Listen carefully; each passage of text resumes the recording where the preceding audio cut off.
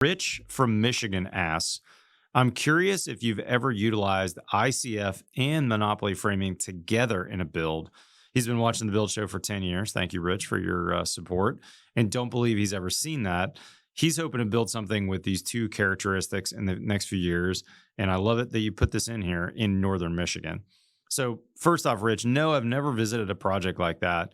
But in my mind, that's peanut butter and chocolate. I mean, those two go together beautifully. Throw that ICF foundation in. Maybe even consider ICF for your first floor walls too, if it's a 1-story or a second floor, and then do a Monopoly framed roof. You could absolutely take advantage of that.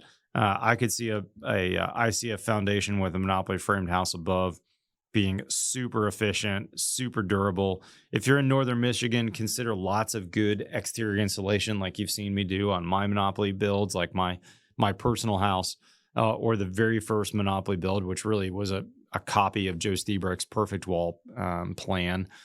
You could look that up. That's from about 10 or 12 years ago on the build show.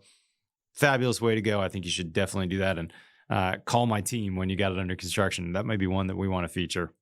Okay, next up, Paul from Northern Idaho.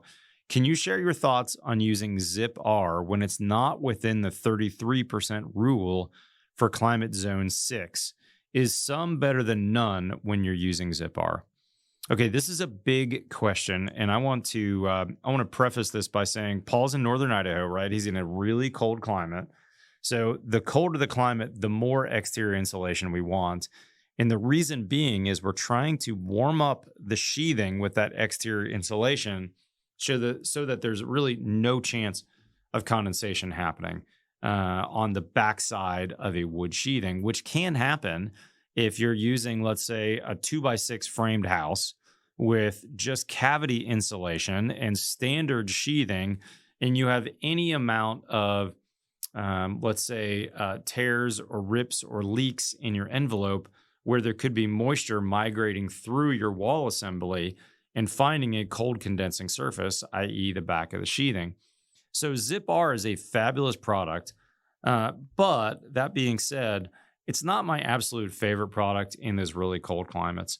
So, Paul, if I had my druthers and I could, say do this and you had the budget for it and the abilities, I would say do standard zip like you saw at my house when I built my real rebuild house, and then put a couple of inches of exterior insulation on the outside. Frame it with 2x6s, put like an R21 outside or more if you can't afford it.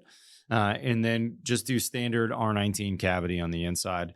That brings you within that 33% rule, which is basically we want at least a third of our insulation on the outside. That would be my ideal preference.